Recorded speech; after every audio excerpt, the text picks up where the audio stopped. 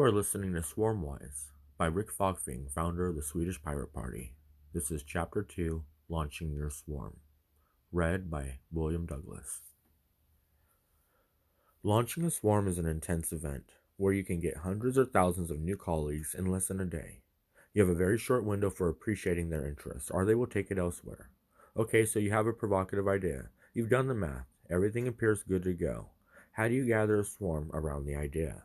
A traditional method would be to go about an advertising campaign to generate interest. Working Swarmwise, though, 2 words about it, the idea of an advertising campaign. Forget it. If your idea doesn't generate enthusiasm on its own, no amount of whitewashing it's going to create the grassroots activism that you need to form a swarm. On the other hand, a swarm will form as long as you present a compelling enough idea that people feel that they can be part of. You don't need to spend $10 million on an advertising campaign. It can be enough to mention the idea just once in passing in a semi-obscure chat channel. To traditional marketers, this sounds ridiculous, but that's what I did to kickstart a brand that's now well known in the IT sector worldwide and has local presence in 70 plus countries. When I started the Pirate Party in Sweden, I took its website online and wrote 2 lines in a file-sharing Hubby Lobby's chat. This was on January 1st, 2006 at 20:30 CET. Hey look, the Pirate Party has its website up after New Year's. http piratepartyet.se/. The site had a manifesto which was rough and unpolished, but which came across as credible, tangible, inclusive, and world-changing. The site itself was just as rough and unpolished, which is the typical swarm way of trial and error, of putting a stake in the ground and evolving from there. Here's a image presenting the Pirate Party's intent and goal of collecting signatures for the election authority. We need 1,500 signatures before the end of February to contest the parliamentary elections of 2006. We collect 2,000 before February 4th, giving us some margin for the red tape with the election authority, who are most guaranteed to not like us either. Support the Pirate Party's registration here. You'll be asked for name, city of residence, personal ID number, and mail address in order to verify your signature. Right now, 1,523 out of 2,000 signatures, 1,523 still unvalidated, 33 days to go. What's all this about? Well, the Pirate Party aims for a parliamentary kingmaker position after the 2006 elections. There are between 800,000 and 1.1 million active file sharers in Sweden, and they're all fed up with being called criminal. We need 225,000 of these to pass the 4% barrier to Parliament and establish a kingmaker position. Then we intend to use this to abolish copyright. Getting 1/4 of a criminalized and angered mass of people along with this is far from unattainable. That's what we'll achieve in the next 9 months. Are you for real?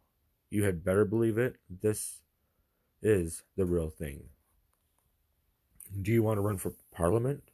The Pirate Party is looking for people around the country who want to have their name on the ballots of 2006. Yes, really. We need to submit our candidates to the election authority fairly soon, so there's little margin.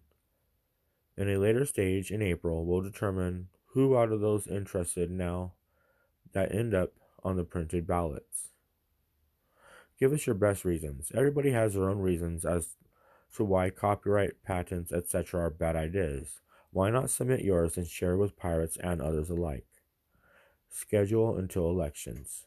Phase 1 signature. From January 1st to February 4th, we collect 2,000 signatures for the election authority. Phase 2 register. On February 5th to 28th, we quarrel with the election authority to get them to accept our registration. In Phase 3, we select candidates. And that's it. Those 2 lines announcing the rough-looking site are all the advertising I ever did. The next 2 days, the site got 3 million hits. Sweden has only 9 million people. The media caught on quickly, too, worldwide. On the 3rd day, my photo was in a Pakistani paper.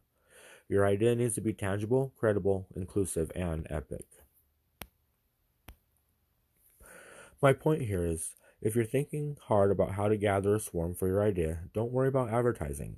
Word of mouth is much more efficient than any campaign can ever be, but that requires that your idea, or rather your presentation of it, meet 4 criteria: tangible, credible, inclusive, and epic. Tangible. You need to post an outline of the goals you intend to meet, when, and how. Credible. You need to post an outline, after having presented your daring goal, you need to present it as totally doable. Bonus points if nobody has done it before.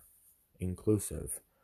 There must be room for participation by every spectator who finds it interesting, and they need to realize this on hearing about the project. Epic. Finally, you must set out to change the entire world for the better, or at least make a major improvement for a lot of people. If these 4 steps are good, then the swarm will form by itself, quite rapidly even, in the 20-odd cases I have observed firsthand. Very rapidly. On the other hand, if these 4 components are not good enough, no amount of advertising or whitewashing is going to create the volunteer activist power that you want and need. Let's take a look at sample project plans. I've seen many examples of all these 3 types.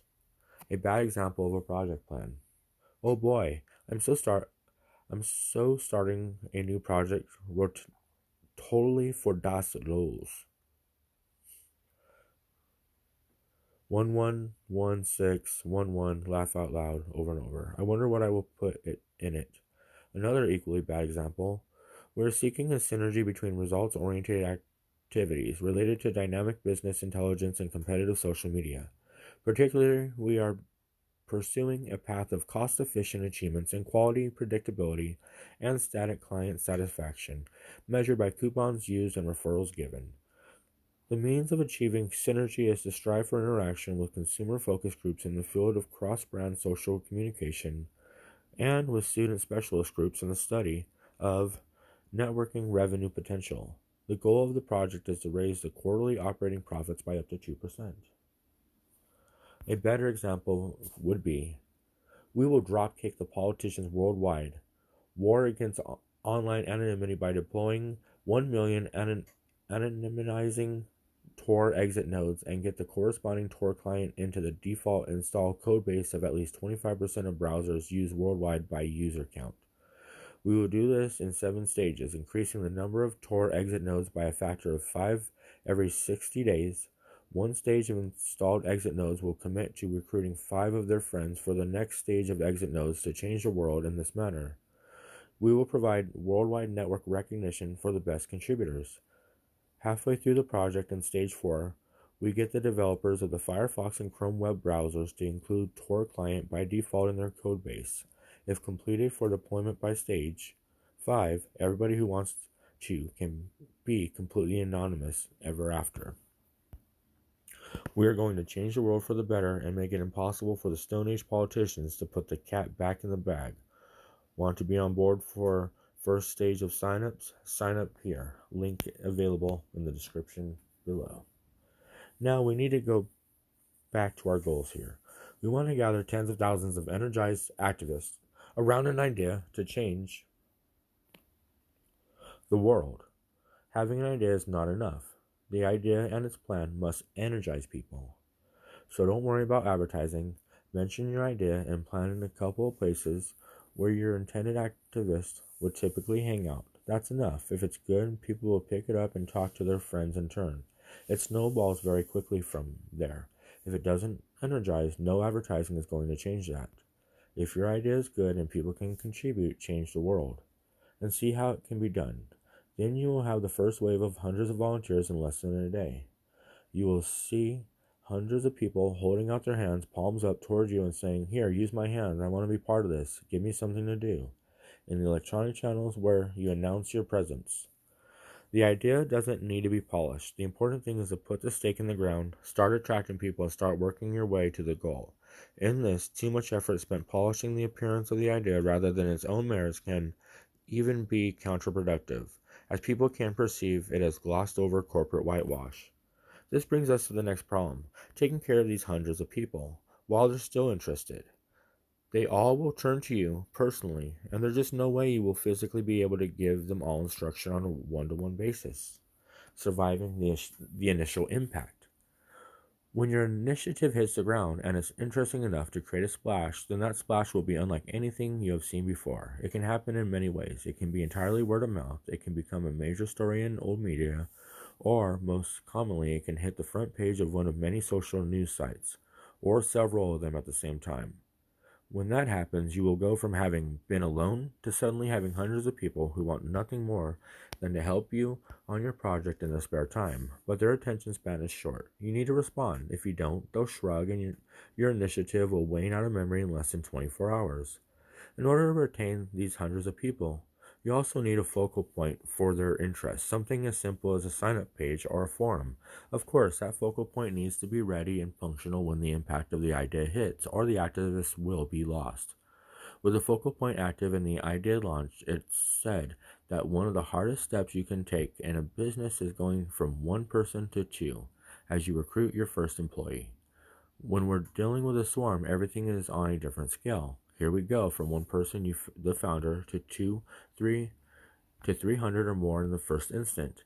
It goes without saying that it can be a bit tricky. And you have at most 24 hours to sort out the situation or lose the initiative to form a swarm around this idea. And what's worse, you can't really do it yourself. There is no way you can give individual and meaningful instruction to 300 people in the attention span you have been given. But the swarm can do it for you, if you let it, and you must.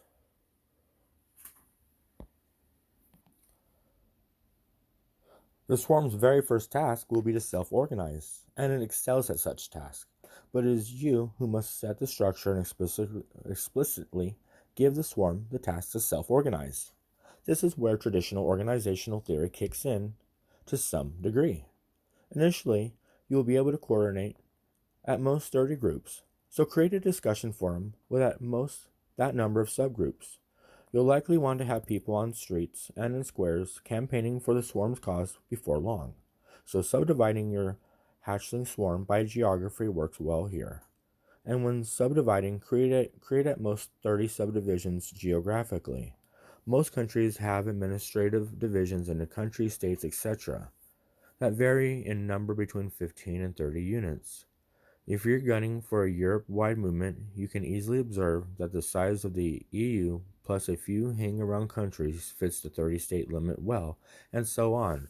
The United States, with its 50 states, would be trickier, as would North America. Just pick a way to divide it into, at most, 30 units.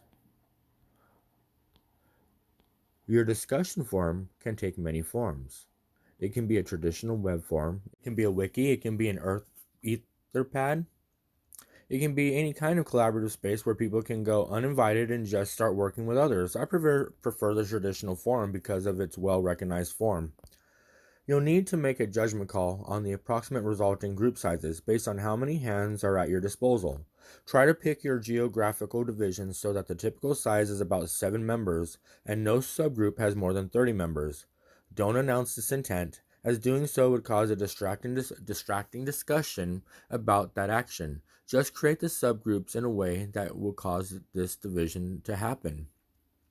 If you have more than 1,000 people at your disposal in this initial splash, which can happen, then 30 subgroups of 30 people each will not be enough. That structure has a maximum of 900 people. In this rare case, you may need to exceed the 30 people per group limit and have as many as 150 people each in 30 subgroups. This is a rare case, though, and you are not likely to encounter this. The magic numbers 7, 30, and 150 are deeply integrated parts of the human social psyche, part of how we are wired. We'll return to how people behave in groups of those sizes in the next chapter. Having set the initial structure, you'll need to tell everybody to go to the appropriate subgroups and meet with other people who will go there. Tell people to introduce themselves to one another and to select a leader between them for the subgroup.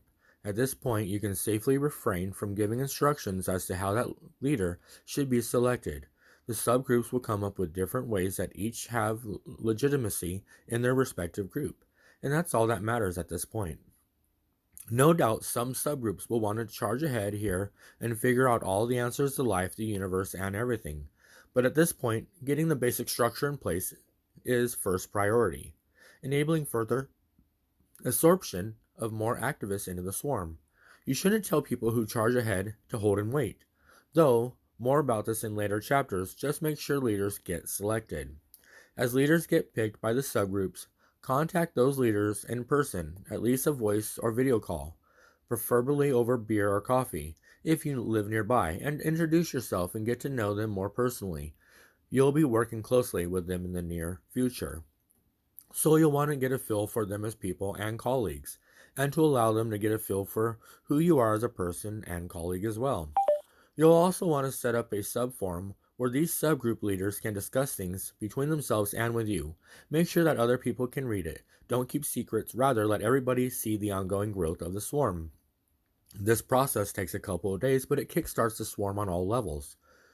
You will have energized small subgroups of people who live reasonably close to each other, and they will have legitimate leaders, legitimate to them anyways. The 30 leaders and you form an initial management team pyramid in the swarm scaffolding of officers, the swarm's go-to people. Taken together, your subgroups form a comprehensive coverage of all of the ground you intend to cover. A couple of weeks from this point, you will realize that you'll need an intermediate layer of officers in between you and these 30.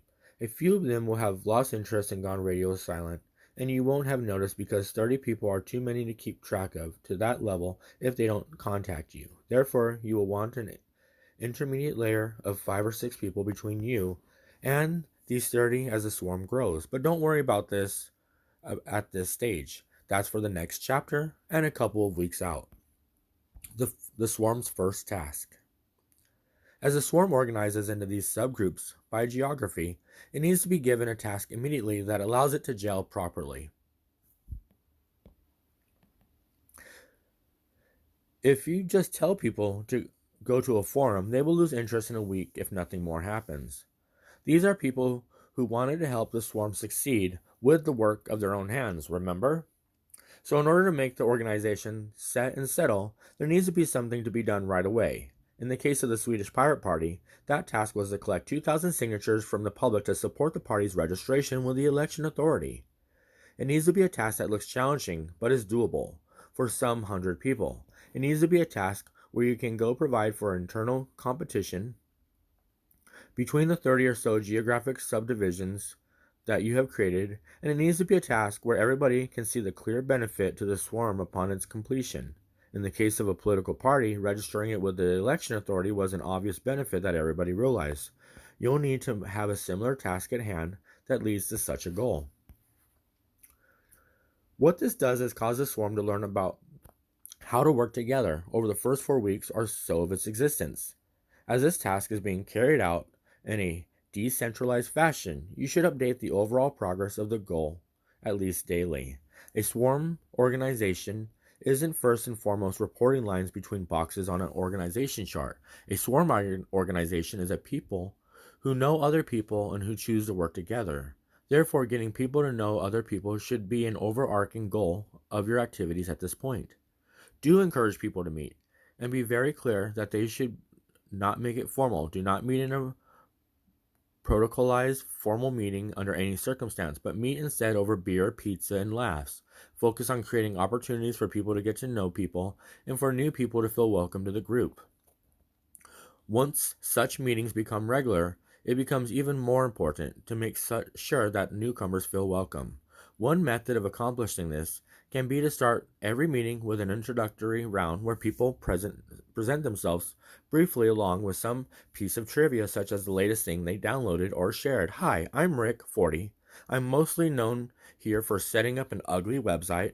The most recent thing I downloaded was an Ubuntu Linux release. Seeing everybody present himself or herself helps newcomers immensely, and it provides for a convenient framing for the newcomers to introduce themselves, as well as for the regulars to learn the newcomers' names.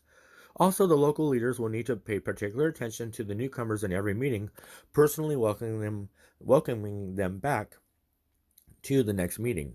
The organization consists only of relationships between people. For every new relationship that is created, the organization grows. The organization consists only of relationships between people. Dealing with attention junkies. As the swarm has its initial successes, a very small number of people will strive to join not because they sympathize with the swarm's goals, but because they crave and demand attention for themselves. And the visibility of the swarm seems to be able to provide this to them.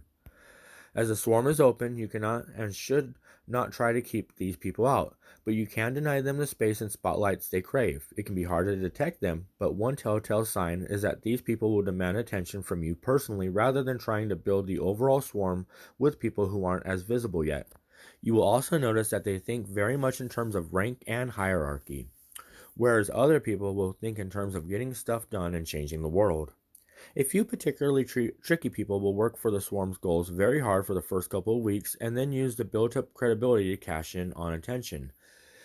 As this happens, the transparency of the swarm is the best conceivable antidote, as such people typically depend on other people not comparing the different versions of the story they're being told.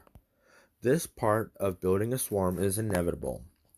It is tough to deal with, but you can rest assured that as long as you keep the swarm open and transparent, these kinds of people won't be able to hijack it for their own personal visibility. They will eventually flush themselves out, sometimes in quite a bit of disruption. January 2nd, 2006, in the afternoon. After lunch, my boss, the CEO, hands me a cordless phone. "Rick, for you. It's Mia," he says. "Mia?" I think. "I don't know any Mia." "Rick Falkvinge? Hi, this is Mia Caron with the Aftonbladet newspaper, one of Sweden's largest. We understand you're the man behind the new pirate party that everybody's talking about," the voice says. My mind goes blank. Aftonbladet calling me? What was it that she said everybody's talking about? I regain enough composure to realize I can't talk about this at work, but I might leave a little early today. "Can I call you back at 3 p.m., I ask. Said and done. On my way back from work, my first interview happens, taking me completely aback. "Are you the party leader?" the reporter asks. I guess so," I hear myself respond. "I'm not really used to that title." As I arrive home from work that day, the interview has already been published online in the newspaper Aftonbladet, alongside an online poll. 61% of the respondents in the poll say they can see themselves voting for the Pirate Party. We need 4% to succeed. Over 50,000 people have already responded, so it is not just statistical noise. I feel the rush of adrenaline sharpen my senses, and the game is on.